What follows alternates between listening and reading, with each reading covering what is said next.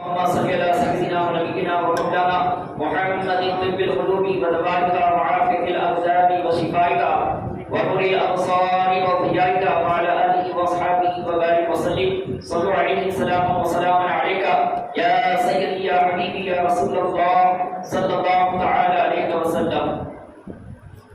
جہاں ذکر حبیب ہوتا ہے خود خدا بھی قریب ہوتا ہے. جہاں ذکر حبیب ہوتا ہے خود خدا بھی قریب ہوتا ہے. تصورات کا عالم عجیب ہوتا ہے. تصورات کا عالم عجیب ہوتا ہے. مدینہ دور رہ کر بھی قریب ہوتا ہے. اور تو آ گیا سرکار کی محفل میں وہ آدمی بڑا خوش نصیب ہوتا ہے. تو آ گیا سرکار کی محفل میں وہ آدمی بڑا خوش نصیب ہوتا ہے. محبوب کی محفل کو محبوب سجاتے گئے. آتے ہیں وہی جنہیں سرکار بلاتے ہیں. آقا کی ثنا خوانی در اصل عبادت ہے. ہم نعت کی صورت میں قرآن سناتے ہیں. وہ لوگ خدا شاید قسمت کے سکندر میں جو سرور عالم کا میلاد مناتے گئے جو سرور عالم کا میلاد مناتے گئے. تمام تعریفیں حمد و ثنا اس رب قدیر کے لیے ہے کہ جس نے ہمیں ولقد کرمنا بنی آدم کا تاج عطا فرمایا. تمام تعریفیں حمد و ثنا اس رب ذوالجلال کے لیے ہے کہ جس نے ہمیں لقد خلقنا الانسان فی احسن تقویم کے خوبصورت سانچے میں ڈالا. تمام تعریفیں حمد و ثنا اس رب اکبر کے لیے ہے کہ جس نے ہمیں کنتم خیر امۃ اخرجت للناس فرما کر تمام امتوں میں اعلیٰ امت ہونے کا اعزاز عطا کیا. تمام تعریفیں حمد و ثنا اس رب قدیر کے لیے ہے کہ جس نے ہمیں یا ایھا الذین آمنوا کہہ کر کے خطاب فرمایا. لاکھوں درود لاکھوں سلام کروڑوں درود کروڑوں سلام آقا نامدار مدنی تاجدار سرکار مدینہ صلی اللہ تعالی علیہ وآلہ وسلم کی ذات بابرکت پر آپ کے آل و اصحاب و عترت پر اللہ تبارک و تعالیٰ کا کرم اور احسان عظیم ہے کہ اللہ تبارک و تعالیٰ نے اور ایک مرتبہ ہماری زندگی میں الحمدللہ ماہ ربیع النور سورۃ شریف کی بہار عطا فرمائی اور یہ محفل بابرکت سجانے اور الحمدللہ اس میں آنے کی اللہ تعالیٰ نے ہم کو آپ کو توفیق رفیق عطا فرمائی. اللہ تبارک و تعالیٰ ہم سب کو اس ماہ ربیع النور شریف کے پیر و برکات سے مالا مال فرمائے اور اللہ تعالیٰ اس محافل کو ہم سب کے لیے ذریعہ نجات بنائے. آمین بجاہ نبی المرسلین والحمدللہ رب العالمین. عزیزان محترم الحمدللہ جیسا کہ ہر سال الحمدللہ کی محفل منعقد کی جاتی ہے اور الحمدللہ علماء کرام کو مدعو کیا جاتا ہے اور الحمدللہ ہمارے علماء کی شان پیارے آقا صلی اللہ تعالی علیہ وسلم کے میلاد پر آپ کی سیرت پر آپ کے اسوہ حسنہ پر آپ کی سنتوں پر آپ کے اخلاق کریمانہ پر آپ کے معجزات پر الحمدللہ روشنی ڈال کر ہمارے دلوں کو منور و مجلہ فرماتے ہیں اور ہمارے سینوں کو سرکار کی محبت کا مدینہ بناتے ہیں. الحمدللہ یہ تمام محافل سجانے کا صحرا الحمدللہ پیر طریقت رہبر شریعت سید احمد تاجی شرفی صاحب اللہ مدد اللہ نورانی کے سب پر داتا ہے کہ آپ الحمدللہ اس بزم کا اہتمام کرتے ہیں علماء کرام کو مدعو کراتے ہیں اور ان کے خطاب نایاب سے عوام الناس کو مستفید کراتے ہیں. الحمدللہ اللہ تعالیٰ حضرت کے سایہ عاطفت کو اہل سنت و جماعت پر اللہ تبارک و تعالیٰ تعالیٰ راغب تک قائم اور قائم رکھے. حضرت کے علمی و روحانی فیوز و برکات سے اللہ تعالیٰ مستفید فرمائے. ہر سال کی طرح حضرت قبلہ اس سال بھی الحمدللہ اس فقیر قادری کو آپ نے یاد فرما کر مجھے الحمدللہ خدمت کا موقع عنایت فرمایا ہے. میں ممنون و مشکور ہوں حضرت قبلہ کا اور ساتھ ہی ساتھ عالی جناب محترم محمد جلیل چشتی صاحب قبلہ کا بھی کہ جنہوں نے حضرت سے مجھے رابطہ کرایا تھا اور اسی جب سے الحمدللہ حضرت اس فقیر قادری کو یاد فرماتے ہیں. تو میں دونوں حضرات گرامی کا الحمدللہ دل کی عطا گہرائیوں سے ممنون اور مشکور ہوں اور الحمدللہ دعا گو رہوں گا. اور حضرت سے بھی میں الحمدللہ دعاؤں کا طالب ہوں کہ حضرت مجھے اپنی دعاؤں سے دعے الحمدللہ اپنی دعاؤں سے الحمدللہ مجھے آپ نوازتے رہے کرم فرمائی فرماتے رہے. آمین بجاہ نبی المرسلین والحمدللہ رب العالمین. عزیزان محترم آقا کریم صلی اللہ تعالی علیہ وسلم کی الحمدللہ میلاد پاک صلی اللہ علیہ وسلم اس مہینے میں یعنی کہ ہمارا اتفاق ہے بلکہ بہت سارے علماء کرام الحمدللہ اس بات کا اتفاق فرماتے ہیں کہ 12 ربیع الاول شریف ذوالشفا کے دن صبح صادق آقا کریم صلی اللہ علیہ وسلم کی اس ناز گانے ریتی میں جلوہ قریب کی. آقا کریم صلی اللہ علیہ وسلم بڑی آن اور بان و شان کے ساتھ اس دنیا میں تشریف لے آئے. آقا کریم صلی اللہ علیہ وسلم کا جب ہم ذکر غیر سنتے ہیں عزیزان ملت اسلامیہ تو بڑے ادب احترام کے ساتھ سنتے ہیں.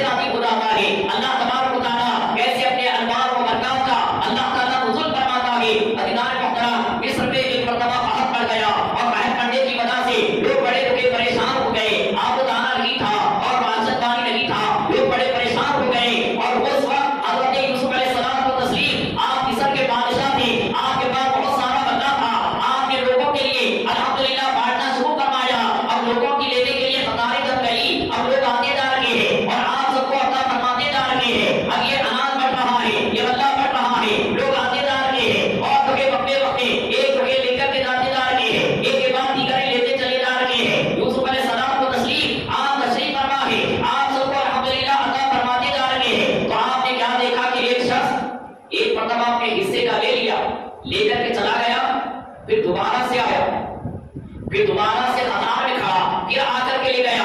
حضرت یوسف علیہ السلام وہی دیکھے، نظر انداز فرما دیا کہ شاید زیادہ بیوی بچے والا ہوگا، اس لیے آپ نے کثیر العیال سمجھ کر آپ نے نظر انداز فرما دیا کہ کیا ہوتا ہے۔ تیسری مرتبہ بھی وہ شخص پھر قطار میں کھڑے ہو کر پھر سے اناج غلہ وغیرہ لیتا ہے، تو یوسف علیہ السلام نے اپنے درباریوں سے کہا اس آدمی کو پکڑ لیا جائے، اور اس آدمی کو پکڑ لیا گیا، پھر آپ کے پاس دربار میں لے جایا گیا۔ یوسف علیہ السلام کو تسلیم نے اس سے دریافت کیا، کیا تم کو حیا نہیں آئی کہ ایک سے زائد مرتبہ لیتے ہو؟ دوسروں کا حق مارا جائے گا، دوسروں کو بھی تو دینا ہے، لہٰذا تم اپنے حصے کا لے کر پھر تم تمہیں دوبارہ آئے۔ میں نے نظر انداز کر دیا کہ شاید زیادہ بیوی بچے والے ہوں گے، کثیر العیال ہوں گے، میں نے نظر انداز کر دیا، لیکن تم تیسری مرتبہ بھی آئے تو اس لیے تمہیں پکڑا گیا ہے، اب تمہیں سزا دی جائے گی، اب تمہیں قید خانہ بھجایا جائے گا۔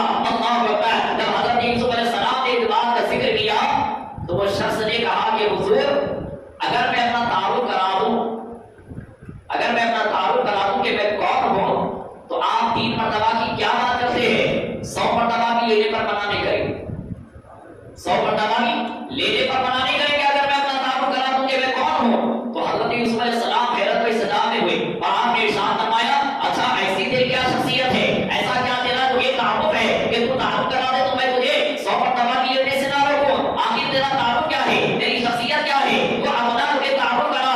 تو وہ شخص کہتا ہے کہ حضور یاد ہے آج سے 40 سال پہلے آپ پر تہمت لگی تھی، زلیخا نے آپ پر تہمت لگائی تھی، تو ایک 40 دن کے بچے نے یا 4 مہینے کے بچے نے جھولے میں سے آپ کی پاک دامنی کی گواہی دی تھی۔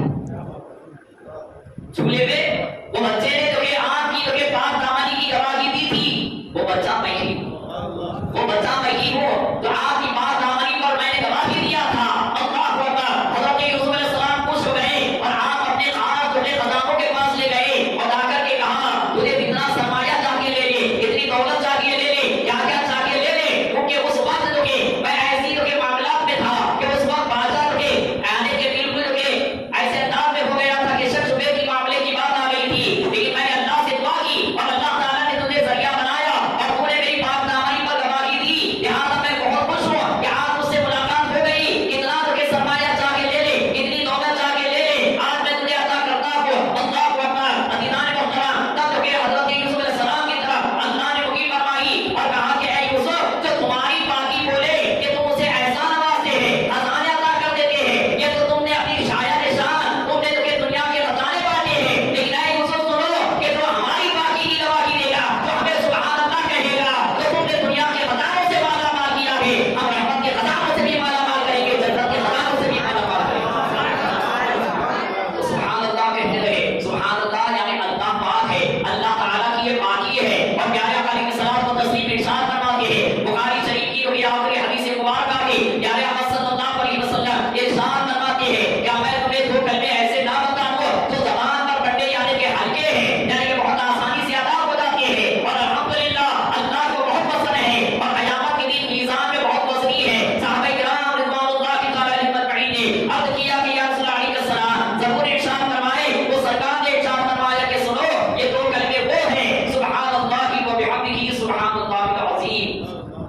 اکثر میں اپنے بیان کے درمیان میں یہ جملہ جو الحمدللہ پڑھتا رہتا ہوں، سبحان اللہ و بحمدہ سبحان اللہ العظیم۔ یہ بڑی پیاری تسبیح ہے، یہ تسبیح پڑھنے سے الحمدللہ بے شمار فوائد حاصل ہوتے ہیں۔ وزیران محترم ضمن جو یہ بات آئی تھی کہ سبحان اللہ کی فضیلت بتاؤ، اس لیے میں نے یہ واقعہ آپ کے سامنے رکھا ہے۔ عزیزان ملت اسلامیہ، میں نے خطبہ مسئلہ میں جو آیت کریمہ پڑھنے کا شرف حاصل کیا ہے، اللہ تبارک و تعالیٰ نے 3 پارے کی ابتدائی آیت میں ارشاد فرمایا تلک الرسل فضلنا بعضهم علی بعض منهم من کلم اللہ ورفع بعضهم درجات، لہذا اللہ تعالیٰ فرماتا ہے یہ وہ رسول ہیں جن کو ہم نے بعضوں کو بعض پر فضیلت عطا فرمائی ہے، اور ان میں کوئی ایسا ہے کہ جن کو اللہ تبارک و تعالیٰ نے کلام کا شرف عطا فرمایا ہے۔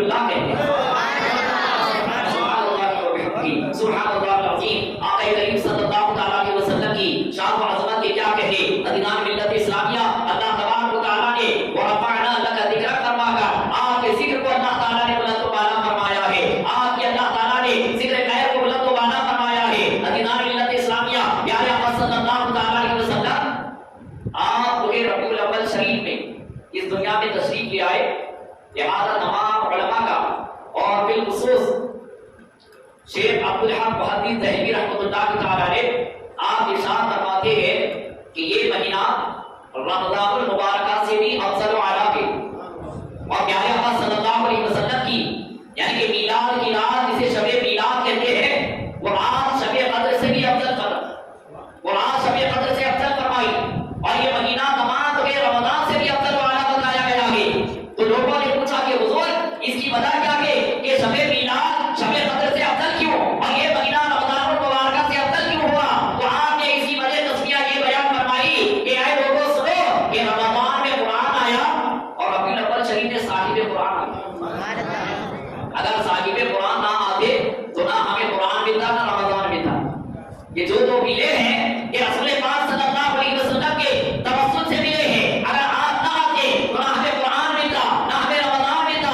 اس لیے یہ مہینہ رمضان سے افضل ہوا کہ رمضان میں قرآن آیا اور ربیع الاول شریف میں صاحب قرآن آئے ہیں۔ سبحان اللہ۔ پھر پوچھا گیا کہ حضور یہ شب قدر کی رات سے افضل شب میلاد کیوں ہو گئی؟ وہاں فرماتے ہیں کہ سنو یہ جو ہے شب قدر کی رات یہ حضور قرآن کی رات ہے اور شب میلاد یہ صاحب قرآن کی آمد کی رات ہے۔ سبحان اللہ۔ آقا کریم صلی اللہ علیہ وسلم آپ دنیا میں تشریف لے آئے اور قرآن رمضان جو ہے خاص مومنوں کو عطا ہوا اور سرکار سب کو عطا ہوا۔ وہ سب کے لیے ہے، وہ سرکار سب کے لیے رحمت بن کر کے آئے، وہ سرکار سب کے لیے تشریف لائے، لہٰذا وہ ہمارے لیے رسول ہے، والحمدللہ سب کے لیے رسول ہے۔ وہ زمین کے رسول ہے، وہ آسمان کے رسول ہے، وہ جنات کے رسول ہے، وہ انسان کے رسول ہے، وہ شجر کے رسول ہے، وہ بشر کے رسول ہے، وہ جنات کے رسول ہے، وہ انسانوں کے لیے رسول ہے، وہ الحمدللہ ہر شے کے لیے رسول ہے، ہر شے کے لیے رحمت ہے۔ ادینان ملت اسلامیہ پیارے آقا صلی اللہ علیہ وسلم آپ الحمدللہ ہر شے کے لیے رحمت ہے، ہر شے کے لیے پیارے آقا صلی اللہ علیہ وسلم رحمت بنا کر کے بھیجے گئے ہیں، اور ہمارے سرکار سب کے لیے رسول بنا کر کے بھیجے گئے ہیں۔ اللہ تبارک و تعالیٰ نے جب جب نبی و رسولوں کو بھیجا تو اللہ تعالیٰ نے اس انداز میں بھیجا کہ کسی کو کسی دیہات کے لیے، کسی کو کسی قوم کے لیے، اور کسی کو کسی ٹکڑے قوم کے لیے، کسی کو کسی ٹکڑے ملک کے لیے اللہ تعالیٰ نے نبی و رسول بنا کر کے بھیجا۔ لیکن جب سرکار کو بھیجا تو کوئی قید نہیں لگائی، یہ نہیں فرمایا کہ اے محبوب آپ کسی علاقے کے لیے ہیں، آپ کسی ملک کے لیے ہیں، آپ کسی قوم کے لیے ہیں، ایسا نہیں فرمایا، بلکہ ارشاد فرمایا اے میرے محبوب میری شان رب العالمین ہے تو تیری شان رحمت للعالمین ہے۔ سبحان اللہ۔ سرکار کے تمام عالمین کے لیے رحمت بنا کر کے بھیجے گئے ہیں۔ اور پیارے آقا صلی اللہ علیہ وسلم کے اخلاق کریمانہ دیکھیے کہ بعض لوگ یہ کہتے ہیں کہ معذاللہ اسلام کے تلوار کی دھار سے پھیلا نہیں، پیارے اسلام تلوار کی دھار سے نہیں رسول پاک کے کردار سے پھیلا۔ سرکار مدینہ علیہ السلام کا کردار ایسا تھا کہ آپ کے اخلاق کریمانہ ایسے تھے کہ آپ کے اخلاق کو دیکھ کر کے کافی کلمہ پڑھتے جاتے ہیں اور اللہ کا وجہ اسلام ہوتے جاتے ہیں۔ پیارے آقا صلی اللہ علیہ وسلم نے کبھی کسی دشمن سے آپ نے انتقام نہیں لیا۔ اللہ اکبر۔ آپ کو معلوم ہوگا کہ جب غزوہ احد ہوا تب غزوہ احد میں پیارے آقا صلی اللہ علیہ وسلم کے جسم مبارک کو لہو لہان کیا گیا۔ آپ کے جسم اقدس سے یعنی کہ نعلین شریف میں آپ کا خون اقدس جمع ہو گیا اور آپ کو اتنا استقبال کیا گیا۔ پیارے آقا صلی اللہ علیہ وسلم کو جب خون میں تربیت صحابہ کرام نے دیکھا تو سرکار کی بارگاہ میں عرض کیا کہ یا رسول اللہ ان کے لیے بددعا فرمائیے۔ طائف کے وقت میں غزوہ احد کے وقت میں صحابہ کرام نے بلکہ ایک روایت میں آیا کہ جبل الملائکہ یعنی کہ جو پہاڑوں پر ہوئے اللہ نے اس فرشتے کو مقرر کیا کہ وہ فرشتہ بھی آ کر کہتا ہے کہ یا رسول اللہ بس آپ اجازت عطا فرمائے کہ باہر جا کر کے طائف والوں کو گزرا دوں گا۔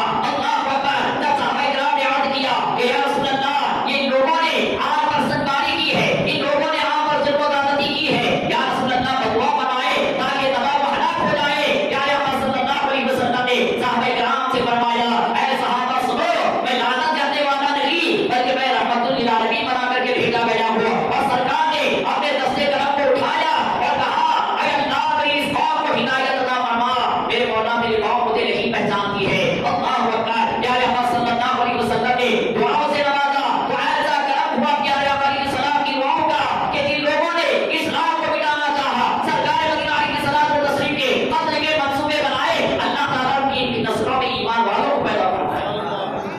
سبحان اللہ و بحمدہ سبحان اللہ العظیم۔ ادینان ملت اسلامیہ پیارے آقا صلی اللہ علیہ وسلم کو بہت ستایا گیا، یہاں تک کہ حدیث پاک میں آیا کہ جتنی انبیاء کرام رسولان اعظام اس دنیا میں تشریف لے آئے انہیں اتنا نہیں ستایا گیا، نہ ان کے لیے اتنی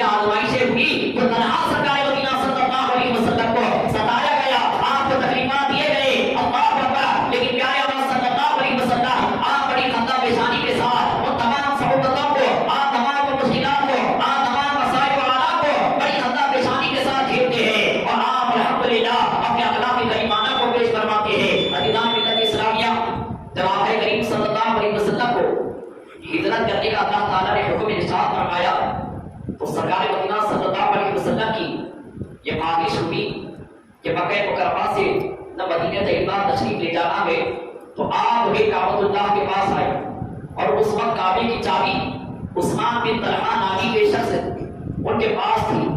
سرکار نے عثمان بن طلحہ کو لایا اور کہا کہ عثمان بن طلحہ مکے کا دروازہ کھولو، میں اللہ تعالیٰ کے گھر میں کچھ ذکر کرنا چاہتا ہوں، کچھ عبادت بنا لا کر کے میں مکے سے مدینے کو جانا چاہتا ہوں، اللہ نے ہجرت کا حکم ارشاد فرمایا ہے۔ تو عثمان بن طلحہ سرکار مدینہ علیہ السلام و تسلیم کے اس بات کا انکار کر دیا اور کعبۃ اللہ کی چابی دینے سے منع کیا اور کہا کہ میں مکے کا دروازہ نہیں کھولوں گا۔ اللہ اکبر! سرکار مدینہ علیہ السلام و تسلیم کی بات کو اس نے نظر انداز کر دیا۔ پیارے آقا صلی اللہ علیہ وسلم بس کعبۃ اللہ شریف کا انعام فرمائے اور کعبے سے مخاطب ہو کر میرے سرکار نے ارشاد فرمایا کہ اے مکہ، تجھے چھوڑنا میرا دل نہیں چاہتا ہے، میں تجھ سے بے انتہا محبت کرتا ہوں، لیکن تیرے شہر والے مجھے تکلیف اذیتیں دیے ہیں اور مجھے بہت مصائب و آلام میں مجھے کھلا دیے ہیں۔ اب میرے رب کا حکم آیا ہے کہ میں مدینہ طیبہ تشریف لے جاؤں۔ اس وقت مدینہ طیبہ کا نام مدینہ نہیں تھا، یثرب تھا۔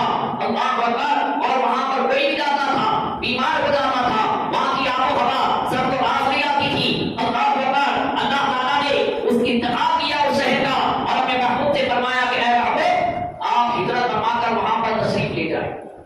وزیران محترم پیارے آقا صلی اللہ علیہ وسلم جاتے جاتے عثمان بن طلحہ سے کہا، اے عثمان بن طلحہ، تو نے مکے کی چابی دینے سے مجھے منع کیا ہے، میری بات کو نظر انداز کر دیا ہے، لیکن ایک وقت آئے گا جب میں فاتح مکہ بن کر کے آؤں گا اور اللہ تعالیٰ اس کے حبیب کو فتح و نصرت عطا فرمائے گا، اور ایک وقت آئے گا یہ کعبۃ اللہ کی چابی میرے پاس ہوگی، جیسا آج میں کعبے کی چابی تجھ سے مانگ رہا ہوں اور تو نے منع کر دیا ہے، ایک وقت آئے گا میری جگہ تو کھڑا رہے گا اور مکے کی چابی محمد عربی کے ہاتھ میں ہوگی۔ سبحان اللہ! سرکار مدینہ علیہ السلام نے ولایت کی خبر دی اور آپ نے ہجرت فرما کر مدینہ طیبہ کو تشریف لے گئے۔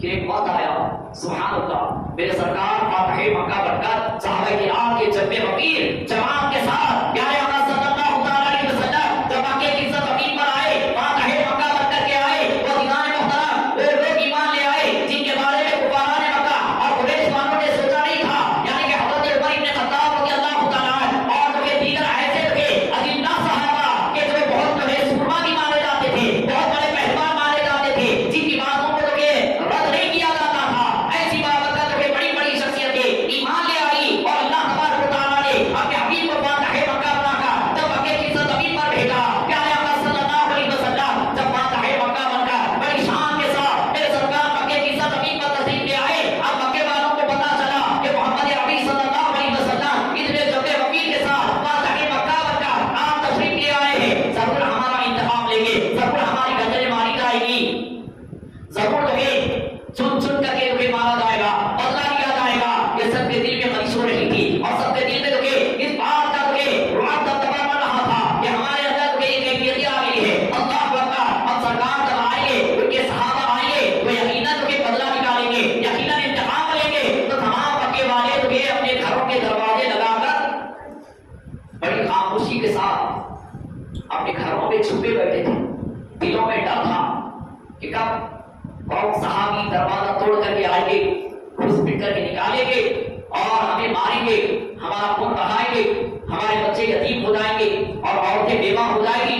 اس طریقے کے خیالات تھے، ان کے دلوں میں جاگزی تھے، لیکن ہمارے سرکار جب مکے کی زمین پر آئے، کعبۃ اللہ شریف کے سامنے آئے، سبحان اللہ، تو تمام کے عبادتوں میں مصروف ہو گئے، رب کے گھر کا دیدار کر رکھے ہیں، کوئی مقام ابراہیم کے پاس ہے، کوئی حضرت اسود کے پاس ہے، کعبۃ اللہ کے ارد گرد صحابہ کرام ہے۔ پیارے آقا صلی اللہ علیہ وسلم جب آپ تشریف لے آئے تو اب رات کا وقت تھا، تو عورتیں کہہ رہی تھیں کہ آئے ہیں، نہ کوئی آواز اور نہ کوئی یعنی کہ گزر بسر کا معاملہ ہو رہا ہے، یعنی کہ بالکل خاموشی ہے، سناٹا ہے، کیا یہ لوگ سو گئے ہیں، آخر معاملہ کیا ہے؟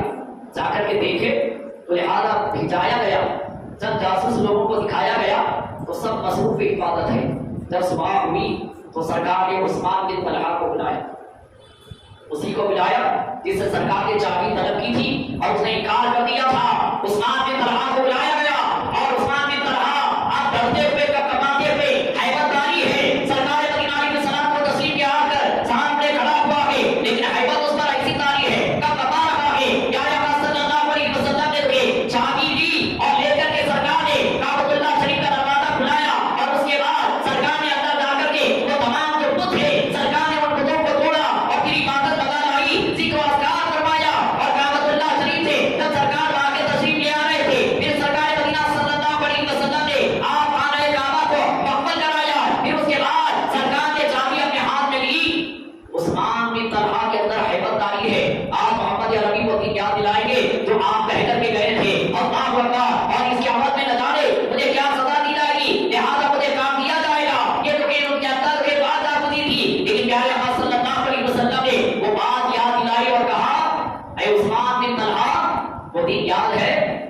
ہجرت کے وقت میں آیا تھا کعبے کی چابی لینے کے لیے اور تم نے انکار کر دیا تھا، اب بڑے شرمندہ تھے، ہیبت داری ہے۔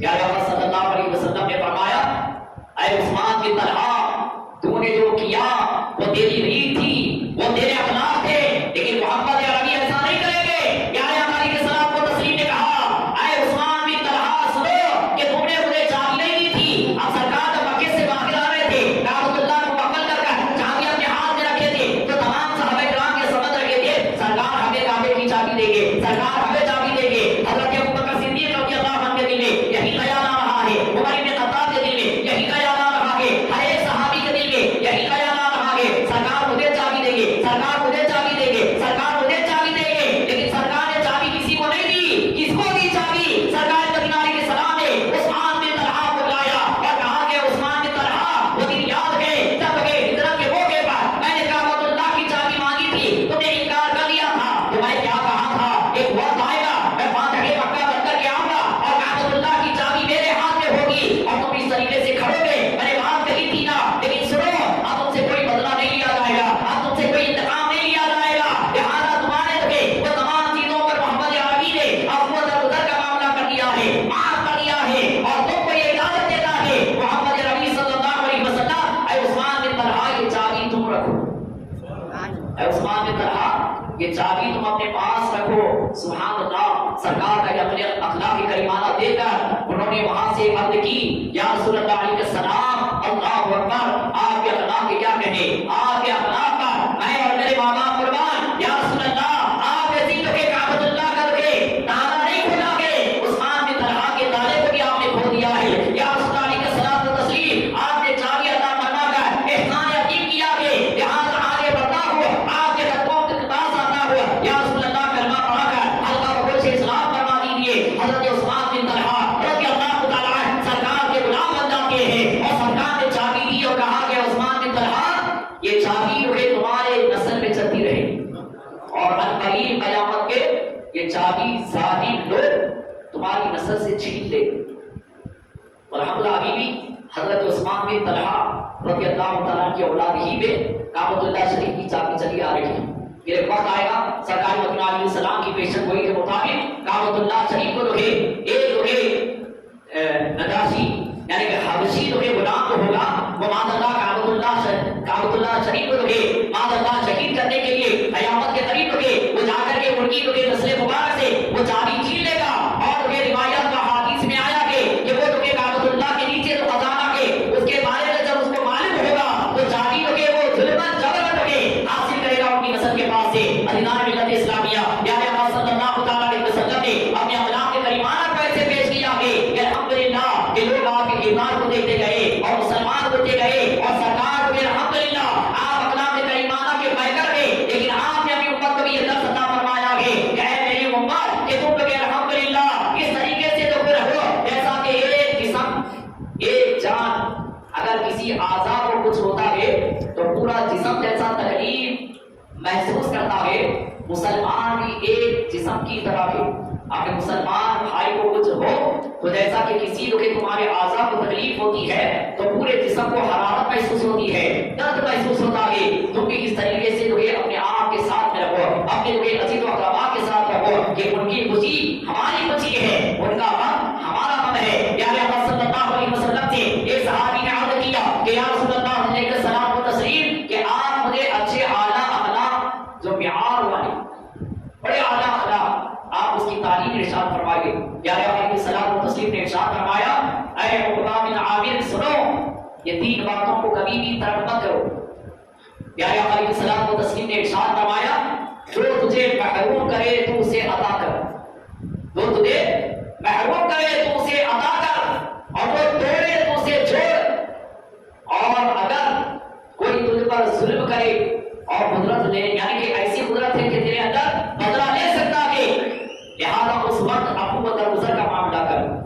یہی میرے اخلاق ہے اور یہی جو کہ میں اپنے غلام کو جو کہ تلقین فرماتا ہوں، لہذا پیارے آقا علیہ السلام و تسلیم کے یہ فرمان کا خلاصہ یہ ہے کہ جو محروم کرے تو اسے عطا کر، یعنی کہ دیدار محترم یعنی کہ حاجت درپیش آ گئی ہے، اگر آپ کسی کے یہاں جا کر اپنا جو مقصدوں کو دعا آپ نے پیش کیا اور انہوں نے جو کہ باوجود رکھنے کے انکار کر دیا لیکن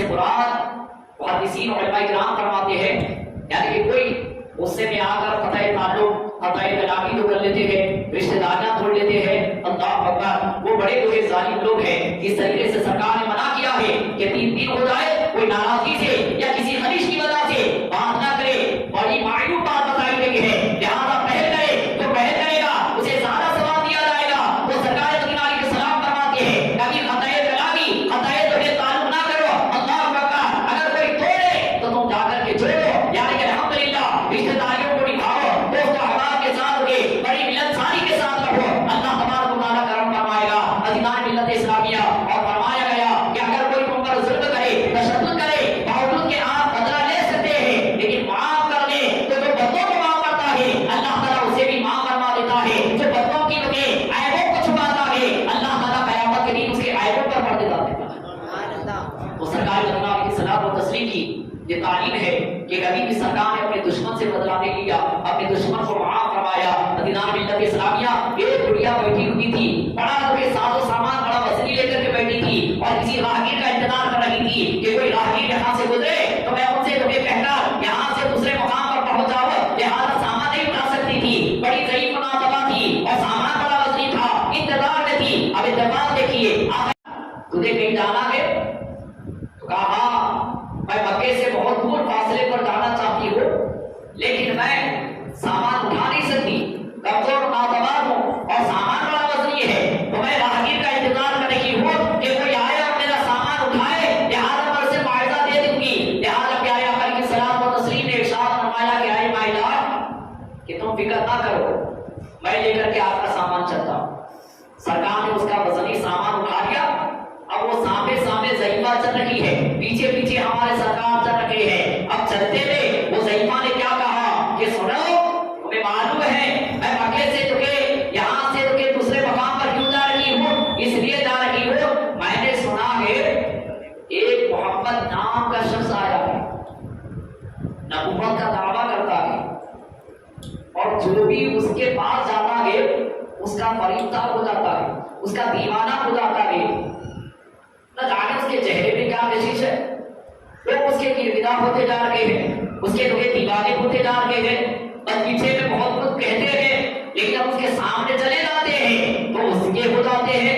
ایسے بہت سارے واقعات معاملات ہوئے ہیں، وہ تو ایسا بے بلا کہ یہ ہے وہ گئے، ایسی ویسی باتیں کرتے ہوئے سرکار کے تعلق سے وہ ضعیفہ چل رہی ہے اور سرکار کام جو ہے اس کے تمام باتوں کو سنتے جا رہے ہیں، کسی بھی بات کا جواب نہیں دیا، نہ اپنا تعارف کرایا، بلکہ خاموشی کے ساتھ سرکار اس کی باتیں سنتے چلے جا رہے ہیں۔ جب اس کا منزل مقصود آ گیا، جب اس کا وہاں پر پہنچنا ہو گیا، لہٰذا اس نے کہا بس یہی میری منزل ہے۔ سامان کو سرکار نے اتار دیا، کہا کہ اور کچھ خدمت، کہا کہ نہیں بس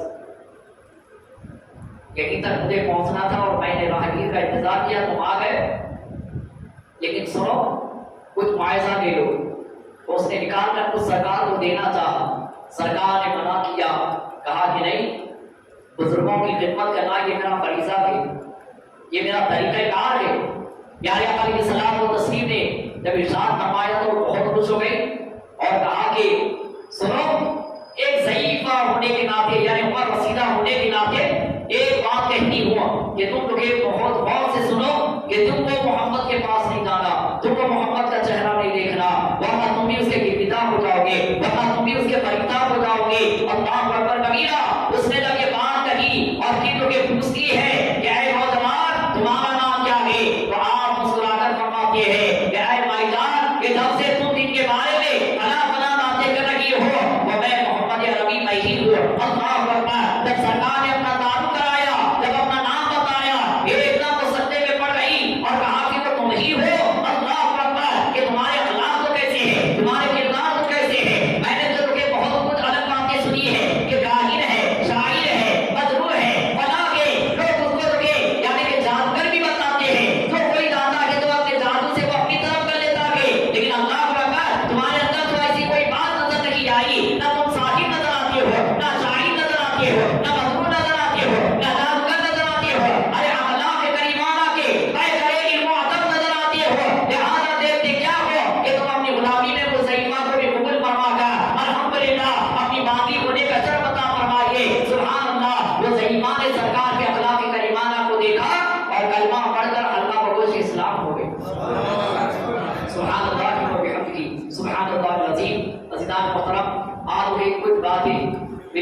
اختصار کے ساتھ آپ کے سامنے رکھ کر میں اپنی بات ختم کر لیتا ہوں۔ شاید یہ بیان کا یہ آخری مرحلہ ہوگا، اس لیے کچھ تعلیمات بھی ہمارے آقا صلی اللہ علیہ وسلم کی ہمیں جاننا ضروری ہے۔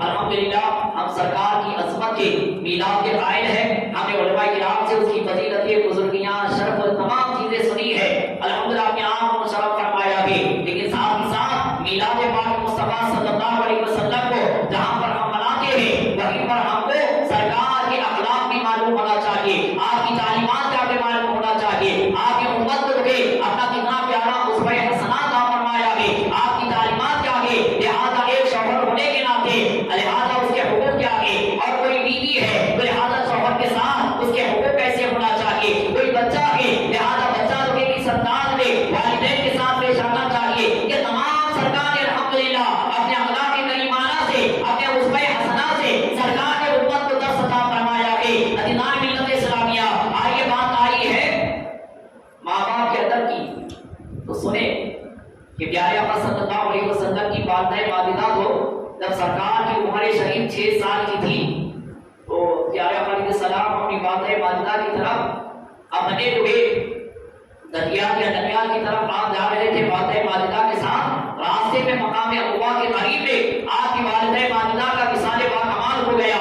اللہ اکبر، آپ کی والدہ ماجدہ بدبختی میں گزر گئی، لیکن تو کہ آپ کی جو رضائی ماں حضرت دائی حلیمہ سعدیہ آپ تھے، لہٰذا آپ اپنی والدہ ماجدہ کی یعنی رضائی ماں کی بہت تعظیم و توقیر کرتے۔ صحابہ کرام فرماتے ہیں ہم ایک مرتبہ بیٹھے ہوئے تھے، سرکار ہم سے گفتگو فرما رہے تھے، اسی اثنا میں ہم نے کیا دیکھا کہ ایک ضعیف ماں آئی ہے اور سرکار نے دور سے انہیں دیکھا، آپ کے تعظیمت کھڑے ہو گئے اور کھڑے بھی ہو گئے، اپنی تو کہ سرکار نے چادر مبارک کو بچھا دیا جسے اللہ نے قرآن میں یا ایھا المزمل فرما کر جس چادر نبوت کا اللہ نے ذکر فرمایا ہے، سرکار نے وہ چادر نبوت کو بچھا دیا اور وہ ضعیفہ آ کر کے تشریف فرما بھی سرکار ایک تو کہ بچے کی طرح یعنی ادب و احترام کے ساتھ وہ ضعیفہ کے یہاں ظاہر میں ادب طے کر کے بیٹھے اور بڑی تو کہ محبت و شفقت کے ساتھ گفتگو فرمایا۔ پھر تھوڑی دیر کے بعد ضعیفہ چلے گئی، آپ نے ضعیفہ کو بہت دور ڈال کر کے چھوڑا، پھر جب واپس آئے صحابہ کرام نے عرض کیا کہ یا رسول اللہ علیہ السلام یہ وہ کون ہے جس کی آپ نے اتنی تعظیم و توقیر بتائی ہے؟ تو سرکار ارشاد فرماتے ہیں وہ میری ماں دائی حلیمہ ہے۔ تو آپ اندازہ لگائیں جب رضائی ماں کی سرکار کے دل میں ایسی تعظیم و توقیر ہے تو آپ کی جو سگی ماں بی بی آمنہ سلام اللہ علیہا ہے، سرکار ان کے لیے کتنی روح تعظیم و توقیر بتانے کی لائق ہے۔ بلکہ یوں فرمایا گیا اگر روح محمد عربی وقت نماز کے علاوہ نوافل نماز ادا کر رہا ہو اور میری والدہ مجھے آواز دے اے بیٹے محمد آؤ، تو میں نفل نماز کو چھوڑ کر اپنے والدہ کی خدمت میں چلے جاتا۔ یہ ماں کا مقام و مرتبہ ہے، ماں کی عظمت و فضیلت ہے، اسی لیے ماں باپ کو لوگ بوجھ نہ سمجھے، ماں باپ جب ضعیف ہو ان کی خدمت کرے، ان کا خیال رکھے۔ ادینان ملت اسلامیہ والدین کو وقت دے، ان کے پیر دبائے، ان سے دعائیں لے، کیونکہ سرکار نے ارشاد فرمایا کہ والدین کی دعائیں اولاد کے حق میں اللہ کی بارگاہ میں ایسے قبول ہوتی ہے جیسا کہ نبی کی دعا امت کے حق میں قبول ہوتی ہے۔ فضیلتیں بیان فرمائی ہے، لہذا فرمایا الوالد اوسط ابواب الجنہ، کہ والد کے جنت کے دروازوں میں سے درمیان کا دروازہ ہے، اور فرمایا ماں کے تعلق سے الجنت تحت اقدام امہاتکم، کہ تمہاری جنت ماں کے قدموں کے جو ہے زیر سایہ تلے ہے۔ ادینان ملت اسلامیہ اس لیے والدین کی مقام و عظمت اور ان کی عظمت و فضیلت کو الحمدللہ سینے میں جاگزی رکھے، ان سے دعائیں لے۔ لہذا اب آئیے اختتام کی طرف چلتا ہوں کہ کچھ جو ہے آپ کو پیغام دینا ہے۔ ادینان محترم، ممبئی کی سرزمین پر ایک آستانہ ہے، حضرت مخدوم ماہی سرکار، بڑی مشہور و معروف الحمدللہ حضرت کی ذات بابرکت ہے۔ آپ کا آستانہ اور جمع خلائق ہے اور فیض خاص و عام صبح و شام حضرت کا جاری و ساری ہے اور انشاءاللہ صبح قیامت تک جاری و ساری رہے گا۔ تو آپ کون تھے؟ آپ ہوئے ایک لوٹے ایک بیٹے تھے اپنی ماں کے، والد کا سایہ عاطفت آپ کے سر پر سے اڑ گیا تھا، لہذا اس دور میں ایسے مدد سے عام خاص نہیں تھے، پڑھانے والے لوگ ایسے عام خاص نہیں تھے، بلکہ ان میں دین سیکھنے کے لیے سمرقند جانا پڑتا تھا، بخارا جانا پڑتا تھا، نیشا پور جانا پڑتا تھا، وہ قاضی معلّہ کو جانا پڑتا تھا، لوگ اتنی دور دور دراز بحری سفر کرتا یا اونٹوں پر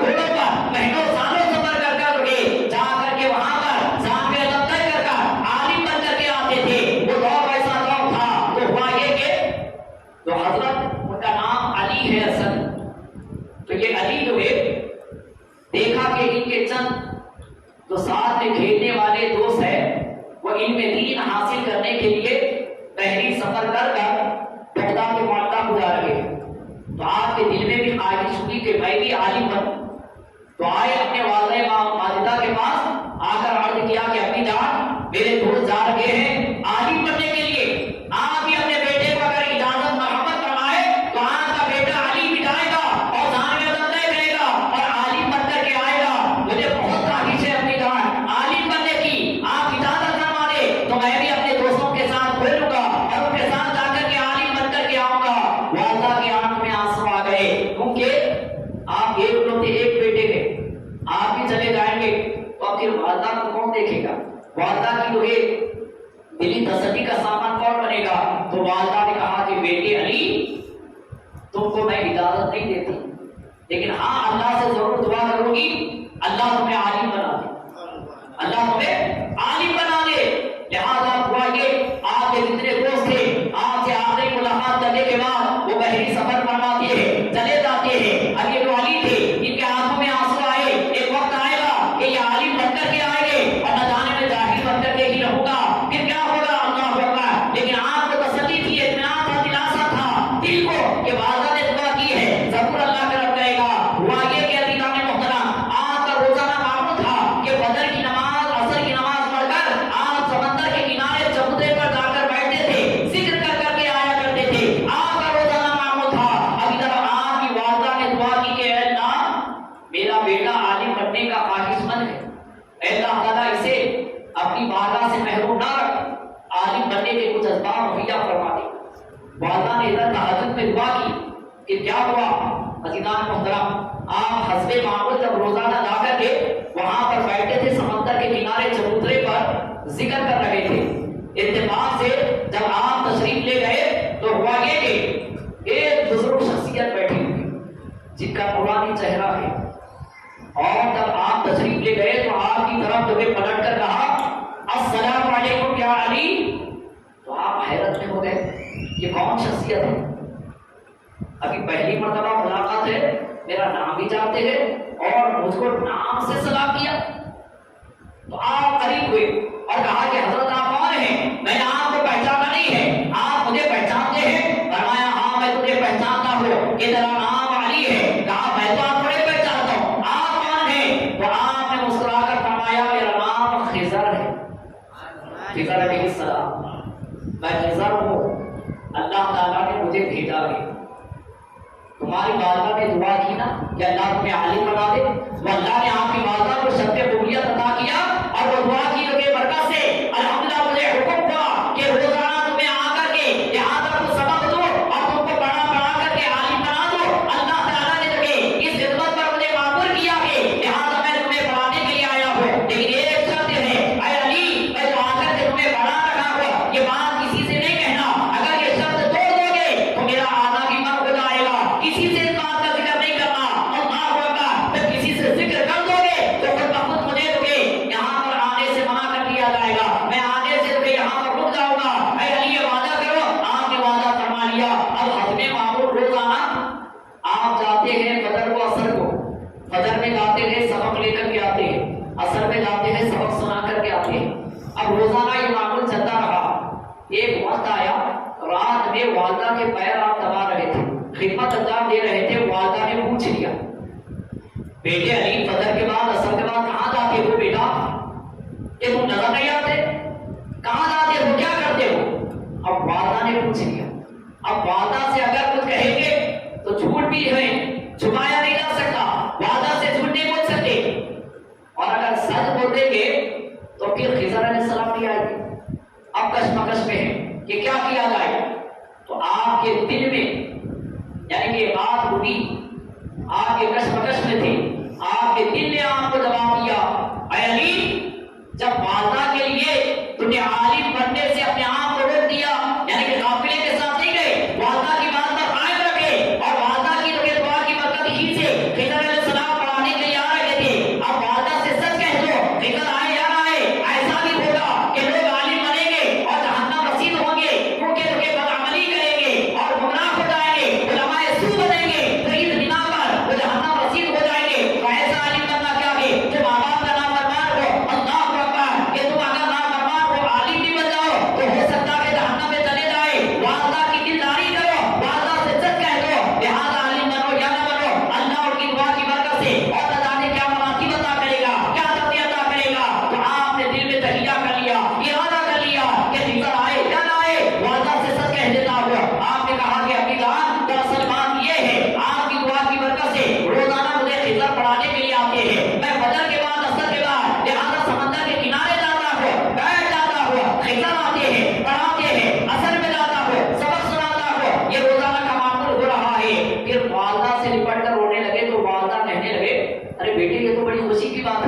میں رونے کی بات کیا آگئی؟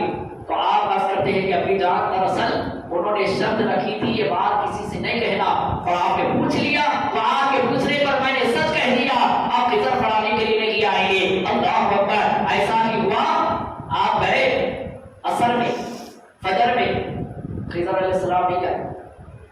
پہلا دن ہو گیا خضر نہیں آئے، دوسرا دن ہو گیا خضر نہیں آئے، تیسرا دن ہو گیا خضر علیہ السلام نہیں آئے، چوتھا دن ہوا خضر علیہ السلام تشریف لے آئے، خضر علیہ السلام تشریف لے آئے اور آپ کو دیکھ کر کہا اے علی کہ تم نے سچ بات کہہ دی ہے نا، لہٰذا پڑھانے کو میں نے روک دیا کہ اب میں جو آیا ہوں پڑھانے کے لیے نہیں آیا ہوں بلکہ ایک بشارت دینے کے لیے آیا ہوں۔ وہ بشارت یہ ہے کہ تم نے والدہ سے تو سچ کہہ دیا، اللہ تعالیٰ کو تمہارے والدہ کی خدمت اور والدہ کی دعا کی برکت کا یہ ثمرہ عطا کیا گیا کہ والدہ سے سچ کہنے کا اللہ تبارک و تعالیٰ نے یہ انعام و اکرام عطا فرمایا کہ پہلے بھی میں جو آتا تھا والدہ کی دعا کی برکت سے اللہ نے بھیجا تھا، تب میں آتا تھا، اب یہ بشارت دینے کے لیے آیا ہوں کہ اللہ نے فرمایا اے خضر اب بدر و احد کا معاملہ ترک کر دو، اب ایک ہی وقت میں جاؤ اور علی کو سینے سے سینہ لگا کر اپنا علم لدنی عطا فرما دو۔ تو میں تمہیں ایک ہی وقت میں سینے پر سینہ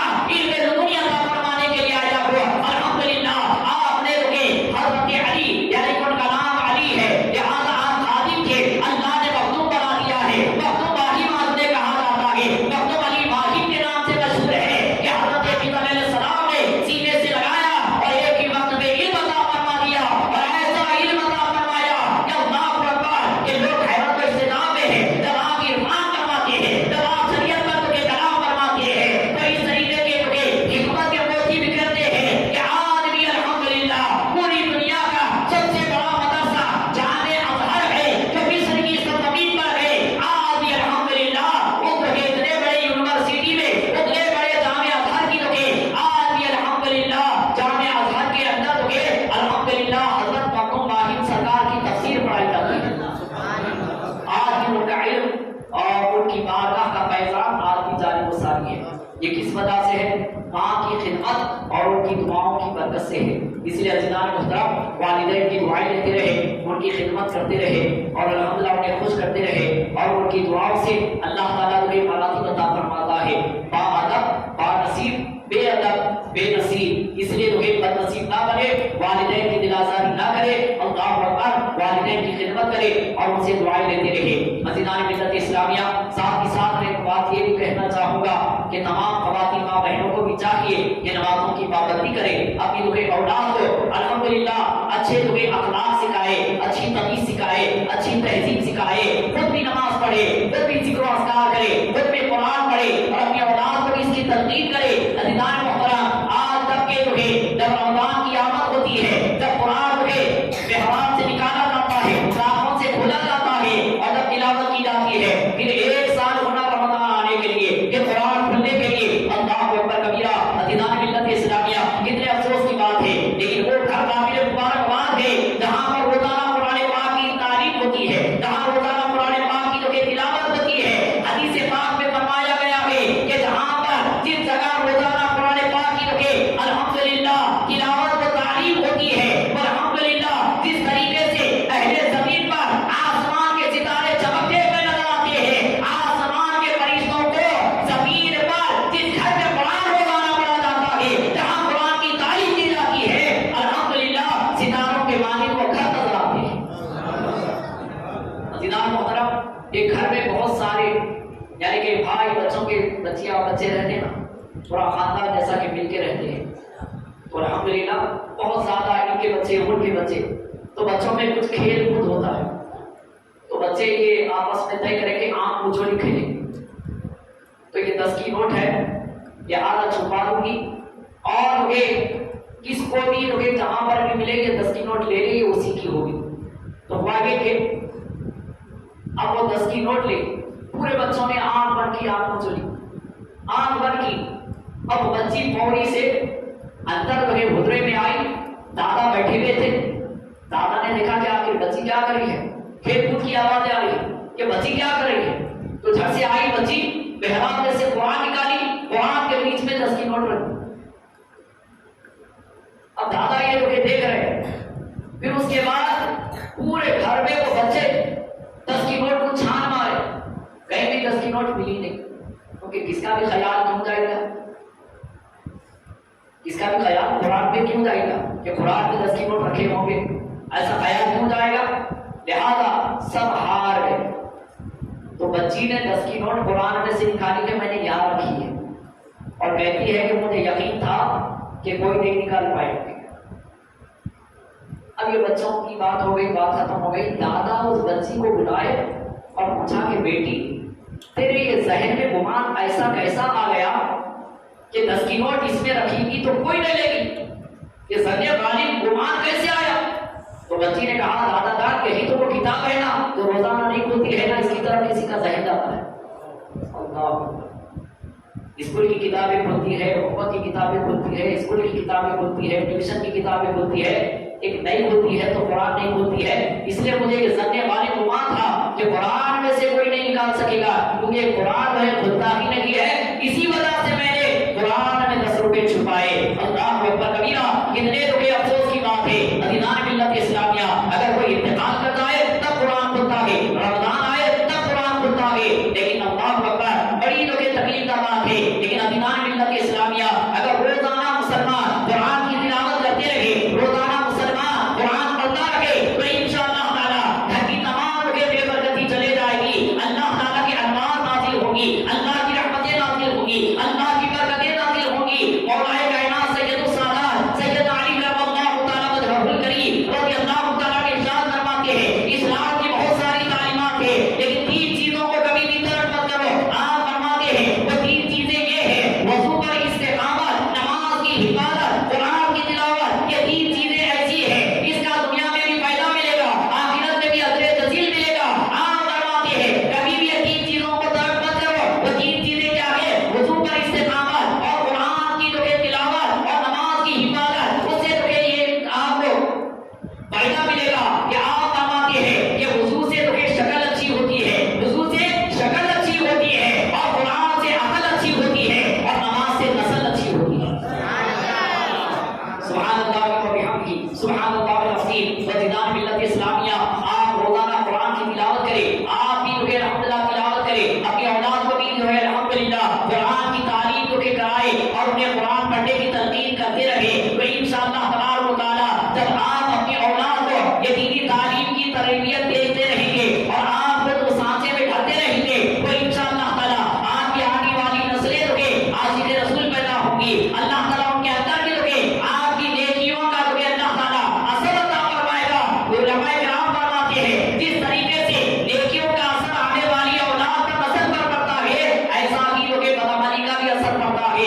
اگر ماں باپ کے بے عمل ہوتے ہیں اور جو ہے نماز کو ترک کرنے والے ہوتے ہیں، گناہوں کا ارتکاب کرنے والے ہوتے ہیں، تو اولاد میں بھی اللہ تعالیٰ جو ہے وہ تمام چیزوں کا اثر پیدا کرتا ہے، اولاد کی وہ نقش قدم پر چلتی ہے۔ اگر نماز کا وقت ہے، اذان ہو رہی ہے، اگر والد بیڑی پیتے ہوئے بیٹھے ہیں، سگریٹ پیتے مارتے بیٹھے ہیں، اور والدہ ٹی وی دیکھتے ہوئے بیٹھی ہے، تو اولاد کو کب توفیق ہوگی کہ وہ مسجد کو جائے، وہ کب نماز پڑھے؟ اللہ اکبر۔ آپ دیکھیے دنیا اور تمام بچے یہ نہیں دیکھتے ہیں کیا کہا جا رہا ہے، دیکھتے کیا ہے کیا کیا جا رہا ہے، تو ہم جو کرتے ہیں ہمارا دیکھ دیکھ جو ہے ہماری نسلیں بھی کیا کرتی ہے۔ آپ دیکھیے اگر میں بولوں کہ سرکار کا نام آئے تو انگوٹھے چومنا، یا اگر میں صرف بول دیا تو یہ صرف قول ہے، لیکن فعال کام کر کے بتاؤں کہ سرکار کا نام بھی لو اور انگوٹھے بھی چومو، تو لہٰذا یہ کرنا ہوا۔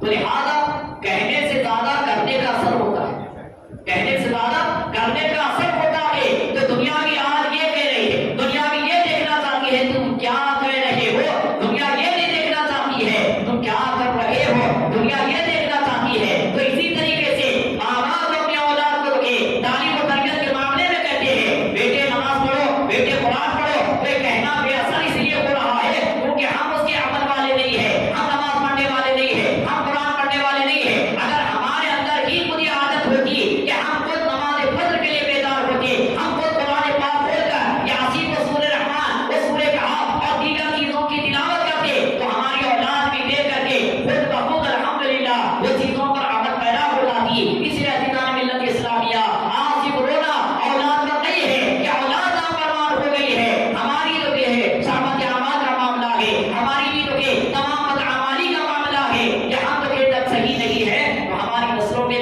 بے عملی کا معاملہ پایا جا رہا ہے. اس لیے عزیزان ملت اسلامیہ سرکار کے اخلاق کریمانہ کو اپنائے, سرکار کی تعلیم کو اپنائے اور سرکار مدینہ علیہ السلام و تسلیم کے مشن پر اور آپ کے نقش قدم پر الحمدللہ عمل پیدا ہو جائے. عزیزان محترم انشاءاللہ عنقریب وقت آئے گا, اللہ تبارک و تعالیٰ پھر سے مسلمانوں کو سرخری عطا کرے گا, سربلندی عطا کرے گا.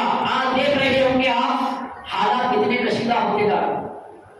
مسلمانوں کو نشان ملامت بنایا جا رہا ہے اور چاہتے یہ ہے کہ اسلام کو ختم کر دے, مسلمانوں کو ختم کر دے.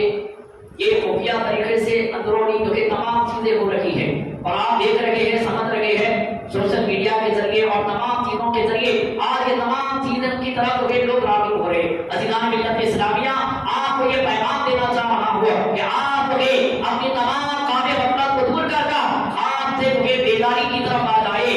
آپ الحمدللہ بیدار ہو جائے اور اس طریقے سے بیدار ہو جائے خواب غفلت سے کہ اللہ اکبر کہ آپ غفلت کا شکار نہ ہو. لہٰذا اس طریقے سے بیدار ہو جائے کہ نمازوں کی پابندی کرے, مسجدوں کو آباد کرے, قرآن کی تلاوت کرے, اپنے آقا پر درود و سلام پڑھے, توبہ و استغفار کرتے رہے. تو انشاءاللہ تعالی اللہ تعالیٰ کا وعدہ ہے ولا تہنوا ولا تحزنوا وانتم الاعلون ان کنتم مؤمنین. اللہ تعالیٰ فرماتا ہے کہ تم جو ہے سستی مت کرو, کاہلی نہ کرو, غفلت نہ کرو اور جو ہو گیا اس کا غم مت کرو. وانتم الاعلون کہ تم ہی اعلیٰ رکھو گے. شرط اللہ نے کیا رکھی, ان کنتم مؤمنین, تم سچے مومن ہو جاؤ, تم سچے مومن ہو جاؤ.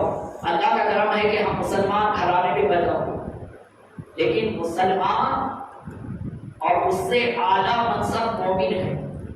مسلمان اور مومن میں فرق کیا ہے؟ کسی جو ہے عالم ربانی سے پوچھا گیا مسلمان اور مومن میں فرق کیا ہے, تو وہ یہ فرماتے ہیں کلمہ پڑھ کر جو اسلام میں آ جائے, کلمہ پڑھ کر جو اسلام میں آ جائے اسے مسلمان کہتے ہیں, اور اسلام جس کے اندر آ جائے اسے مومن کہتے ہیں.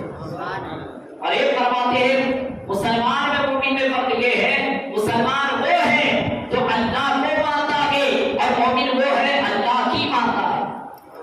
تو اللہ کو ماننا الحمدللہ ہے اللہ کی ماننا, اللہ کی ماننا یہی فرق ہے مسلمان اور مومن میں. وزیران محترم صرف ہم لوگ بات کے قول کے غازی نہ رہے بلکہ کردار کے غازی بن جائے تو انشاءاللہ تعالی اللہ تعالیٰ فتح و نصرت عطا فرمائے گا. کیونکہ اللہ تعالیٰ جب موسیٰ کے لیے بحر قلزم میں دریائے نیل میں راستہ ہموار کر سکتا ہے, جب اللہ تعالیٰ زلیخا کی جوانی پھر سے لوٹا سکتا ہے, جب اللہ تعالیٰ جو ہے حضرت ابراہیم علیہ السلام کے لیے نمرود کی لگائی ہوئی آگ کو گلزار بنا سکتا ہے, جب اللہ تعالیٰ مولا کائنات کے لیے سورج کو پلٹا سکتا ہے, وہ اللہ کے لیے کیا بڑی بات ہے ہمارے گئے ہوئے حالات کو ستا دے. کیا اللہ تعالیٰ کے لیے کیا کوئی بعید کی بات ہے کہ گیا ہوا اقتدار ہم کو عطا فرما دے؟ کیا اللہ کے لیے کوئی بعید ہے کہ اللہ اکبر اللہ تعالیٰ حالات کو گڑبڑ نہیں کرا سکتا؟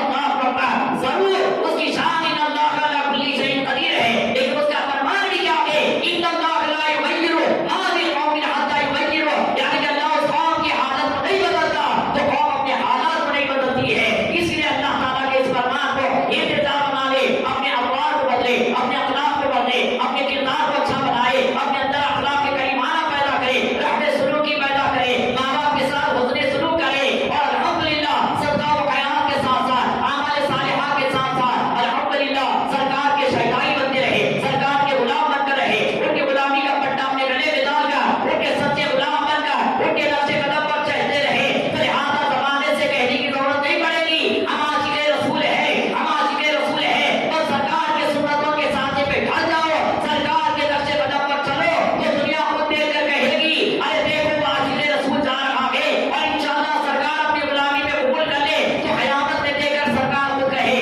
دیکھو میرا غلام آ رہا ہے, دیکھو میرا غلام آ رہا ہے. اسی بات پر بات ختم کرتا ہوں, پورے مصرا سے دل جگمگا لیجیے, پورے مصرا سے دل جگمگا لیجیے, اپنا سینہ مدینہ بنا لیجیے, جو بھی دیکھے سرکار کا شہدا کہے اپنا کردار ایسا بنا لیجیے. جو بھی ٹوٹے پھوٹے انداز میں اس فقیر قادری نے بیان کیا ہے سرکار کی عظمت پر اور اصلاح معاشرہ پر اور ہمارے جو ہے تمام یعنی کہ حالات حاضرہ کے پیش نظر جو چیزیں ہو رہی ہے, میں نے اختصار کے ساتھ روشنی ڈالی ہے, آپ کو پیغام دینے کی میں نے حتی الامکان کوشش کی ہے. اختصار کے ساتھ جو بھی کہا گیا سنا گیا اللہ تعالیٰ سب سے پہلے اس بولنے والے کو اور الحمدللہ آپ تمام سننے والوں کو عمل کرنے کی نیک توفیق رفیق عطا فرمائے. اللہ تبارک و تعالیٰ مسلمانوں کے حالات میں بہتری عطا فرمائے. اللہ تعالیٰ مسلمانوں کو باب عروج کی منزل عطا فرمائے, سر بلندی عطا فرمائے. مسلمانوں کے حق میں اللہ فیصلے عطا کرے. مسلمانوں کا رعب دبدبا اللہ غیروں کے دلوں میں ڈال دے. اللہ تعالیٰ کے ظالم قوم کو اللہ تعالیٰ کا ان کے حق میں ہدایت ہے وہ ہدایت عطا فرمائے. اگر ان کے حق میں ہدایت نہیں ہے وہ اللہ کے خفیہ تدبیر سے انہیں کیفر کردار تک پہنچائے. اللہ تعالیٰ مسلمانوں کی جان کی, مال کی, عزت کی, آبرو کی اللہ حفاظت فرمائے. اسلام پر اللہ تعالیٰ ہم سب کو زندہ رکھے اور ایمان پر خاتمہ بالخیر فرمائے. اللہ تعالیٰ مساجد کی, خانقاہوں کی, مدرسوں کی, علماء کی, اللہ تعالیٰ تمام عالم کے مسلمانوں کی اللہ حفاظت کرے. اللہ تعالیٰ مسلمانوں میں بالخصوص ملک ہندوستان کے حالات میں بہتری عطا فرمائے. مسلمانوں کو اللہ تعالیٰ اقتدار عطا کرے. مسلمانوں کا رعب دبدبا غیروں کے دلوں میں جاگزی کرے. اللہ تعالیٰ ظالم قوموں کو, کافرین کو اللہ تعالیٰ ہم کو ان پر غالب فرما دے. اللہ تبارک و تعالیٰ ہم سب کو خیر و عافیت عطا فرمائے, صحت و عافیت عطا فرمائے. میلاد النبی اللہ تعالیٰ سلامتی کے ساتھ گزارے. آنے والے سال